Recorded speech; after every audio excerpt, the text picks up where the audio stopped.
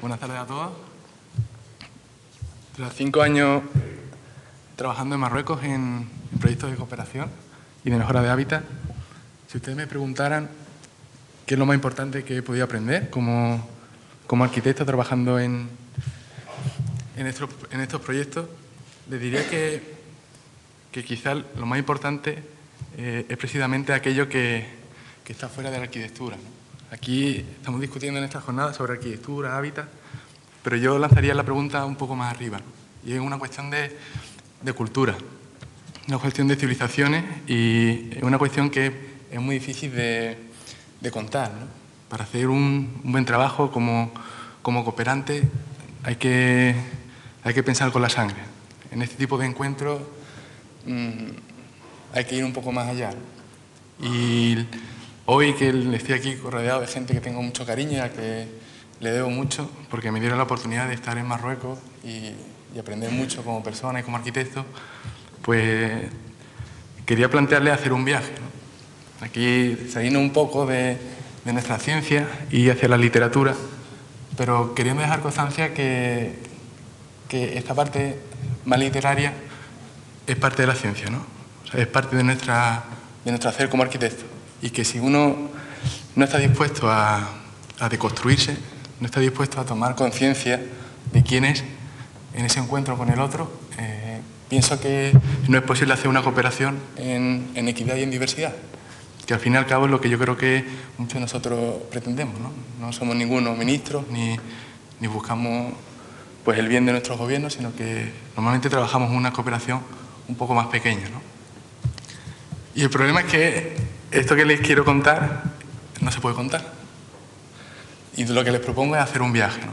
Un viaje y a ver si así os puedo acercar un poco una vivencia, ¿no? A ver.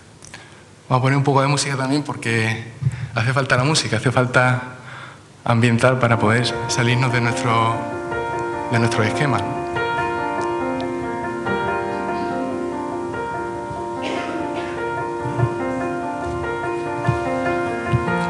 Bueno, mi nombre es Alejandro Muchada, he estudiado Arquitectura Superior y Educación Social. He trabajado en Marruecos durante los últimos años y actualmente estoy investigando sobre políticas de vivienda pública en la época colonial, un poco buscando los orígenes, ¿no? Agradezco vuestra presencia y agradezco la organización de esta jornada, que creo que son muy necesarias. Así que comenzamos el viaje. Lo que les propongo en los próximos 10 minutos es que hagamos un viaje. Un viaje a lo más profundo que hay en nuestros seres. Un viaje a lo más profundo de nuestras reflexiones. Ya veremos más adelante si la academia nos deja un hueco entre sus pilares. Pero quisiera que comenzáramos por el principio, nuestro interior, quedándonos con lo esencial e intentando despojarnos de todo lo demás, de nuestras más firmes convicciones, nuestras más asentadas lógicas, nuestras más orgullosas racionalidades. Aunque sea tan solo por un instante. Solo necesitamos un instante para descubrir una inmensa puerta para el encuentro. Agarramos una mochila, nuestra ilusión y todo lo que uno haya podido aprender como arquitecto. Médico, abogado o economista. Nos elevamos muy alto y sobrevolamos el estrecho. 14 kilómetros nos separan del país vecino, del continente. Miramos a un lado y al otro y apreciamos que tanto España como Marruecos son dos islas de sus respectivos continentes, del ideal europeo y del magrebí. Los dos extremos de unos devenires han pasado por una historia rica y singular. Los dos se muestran tan orgullosos como un bailario flamenco, dispuesto a ponerse enfrente del toro que haga falta, aunque este se llame modernidad, progreso o desarrollo. Bajamos y sobrevolamos ahora más cerca, Marruecos, y vemos una gran espina dorsal que lo atraviesa longitudinalmente. Es el Atlas. Comenzamos a sentir Marruecos, que en Marruecos la historia se puede tocar con los dedos. Seguimos volando, pero lanzamos nuestras manos para ir sintiendo un paisaje y su cultura. Vamos desde el desierto hacia el océano, atravesándolo transversalmente, como si pudiéramos rasgarles las vestiduras, pasando por sus tres grandes periodos históricos, como si aún hoy permanecieran de alguna manera vivos. En el desierto y en el Atlas tocamos y jugamos con las capas de tierra, que aún siguen habitadas por una cultura que no teme al silencio y que es capaz de poseer el tiempo. Desierto y montañas a las que fueron a refugiarse los amasij más orgullosos a la llegada de la civilización arábico-islámica. Civilización que fue una verdadera urbanita y que desarrolló todo un sistema de ciudades, de urbes, a pie de esas montañas, como si fuera una monumental muralla, desde la que controlar el territorio. Territorio que en época de esplendor llegó hasta el mismísimo Níger. Fez, Marrakech, Meknès, Tetuán son un legajo, aún hoy vivo, de la gran civilización árabo-marroquí, que vive conectada del devenir de España y del Al-Ándalus, la tierra de la luz. Así continuamos nuestro viaje, nuestro vuelo transversal por las fértiles praderas hasta llegar a la costa. Si los amasij se refugiaron en las montañas, los colonos europeos necesitaron del mar para permanecer a salvo del gran imperio marroquí. Sobre esa delgada línea que separa el mar de la tierra, fueron construyendo unas puertas para la entrada de la modernidad occidental, en la convicción de que esa era la piedra filosofal para el mundo, pero en la necesidad de estabilizar también su situación, la situación de sus poblaciones y su economía. Bajamos nuestro vuelo aún más, a la altura de los ciudadanos, y nos adentramos por las calles de una de esas urbes históricas, como si de un viaje en el tiempo se tratara. Avanzamos por el laberinto de sus calles, sin encontrar un lugar de descanso, dejando atrás las casas palacio y los patios. Pasamos entre las gentes y los burros, entre las especies y las verduras que huelen a verduras, y seguimos volando por pasadizos y adarves hasta que encontramos una puerta de esa muralla oscura que llamamos Medina. Alzamos la mirada y sentimos como el tiempo durante el siglo XX de Marruecos se comprimió. De golpe y sin avisar, intentamos entender qué sentían aquellos marroquíes al salir de la ciudad, de su ciudad, y ver cómo se construía la Ville Nouvelle o el ensanche. Programada, exacta, reticular, rápida, industrializada, con bellos bulevar y espacios para pasear, para ver y ser vistos. Seguramente tendrían la sensación cuando uno escucha un estruendo o un estallido. Miedo y admiración se entrelazaban. La carrera de la modernidad había comenzado. Nadie podía permanecer indiferente. Nadie podía permanecer a salvo. La orgullosa isla del Magreb había perdido la guerra ante la modernidad europea. El complejo sistema de organización política y tradicional se derrumbaba. Los órdenes comenzaban a cambiar. Propiedad privada, especulación, industria, máquina, ferrocarriles, carros, educación formal, gestión urbana, municipalidad, telecomunicaciones, Estado, derechos, salarios, igualdad, democracia, sanidad pública y con todos ellos la necesidad de vivienda. Como en un vuelo a la velocidad de la luz, los últimos 3 siglos de luchas y guerras europeas de alcance se comprimían en 50 años de colonialismo, de ocupación, de orfandad. Continuamos nuestro vuelo, cada vez más complejo, por el increíble Boulevard Mohamed V de Casablanca, descubriendo al estilo de Chicago, rascacielos al estilo de Chicago, cafés de encuentros hollywoodienses, coches lujosos, al mismo tiempo que su población se multiplicaba por 5 en pocos años. La revolución de la modernidad tenía lugar, la parábola de Malthus se destrozaba. Caminando hacia el interior de nuestras almas, llegamos a las periferias, a los asentamientos populares autoconstruidos, aquel barrio desde el que salieron los gritos del grupo Nas El Diwan, los llamados los Rolling Stones africanos, que en los años 80 salían a la calle para decirle al rey Hassan II: ¿hacia dónde nos llevas, hermano? Finga de Villa Joya.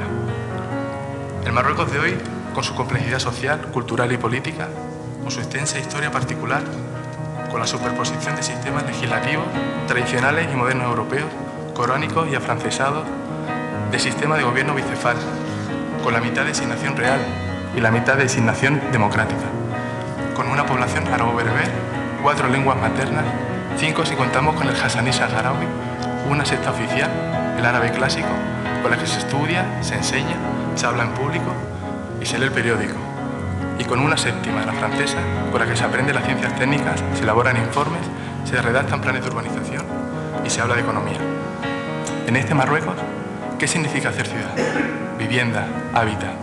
Y al hacernos esta pregunta, quisiera, por favor, que no dejáramos de volar, que de alguna manera incorporáramos toda esta historia como si aconteciera en cada instante que decimos vivienda o hábitat. ¿Qué significa habitar para un ciudadano? Un habitante de uno de esos barrios de infravivienda en el que viven el 30% de la población urbana marroquí. ¿Qué es para él la ciudad? ¿Qué necesita el habitante de a pie, que camina con el agua al cuello, que se mantiene como un equilibrista a 20 metros de altura, con su familia, su trabajo y sus expectativas, que son muy pequeñas? ¿Y qué necesita el Estado marroquí, con su gobierno, para avanzar en el camino hacia la satisfacción de su pueblo? Patria es humanidad, decía Benedetti. Patria es humanidad. Volando hacia arriba de nuevo, por el camino de las teorías, buscando respuestas, nos preguntamos, ¿qué era ese housing que preocupaba a Charles Abrams en su The Future of Housing de los años 40? O el de Rudowski, que sorprendía al mundo con su exposición de arquitectura sin arquitectos. ¿Qué significaba housing para Turner en su libro Housing by People, sobre su experiencia en las periferias peruanas? O el Housing Without Houses de Hamdi, tras su experiencia en la India. Buscamos las raíces, cavamos profundo. Seguimos volando buscando respuestas. Seguimos volando preguntándonos quiénes somos nosotros en esta tierra de otros. Seguimos volando hasta detenernos y sentarnos. Sentarnos junto a aquel que necesita. Sentarnos junto a aquel quien es protagonista de su destino. Sentarnos junto a quien ofrecemos un servicio. Lo miramos, le estrechamos nuestra mano, pero se la estrechamos como si tocáramos la tierra, como si quisiéramos escuchar desde nuestros palmos, sin prejuicios, sin lógica, sin esquemas, abiertos a su manera de entender la vida. Escuchamos, miramos y sonreímos.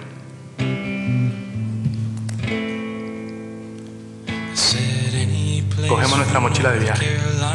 Hacemos el equipaje lentamente, recogiendo nuestros pedacitos, esos que hemos ido dejando en el camino, de los que hemos ido desprendiéndonos, de los que hemos ido tomando conciencia en nuestro viaje. Hemos conseguido lo que pretendíamos, llegar a nuestro interior, a la conciencia de nuestro ser. Respiramos, pensamos y emprendemos un sendero de regreso, con el eco de los recuerdos, con el pisar de nuestras huellas serenas y conscientes, hasta que nos detenemos en Tánger, donde alzamos la mirada y entonces vemos Andalucía de frente, como nunca lo habíamos visto antes. Y entonces nos vemos de frente, como en un espejo. Una puerta se nos ha dibujado. Seguimos siendo arquitectos, economistas, abogados o médicos, pero algo ha cambiado. Abrimos la puerta y leemos al gran historiador africano Joseph Pizarro, que dice, cada uno encuentra lo que trae consigo.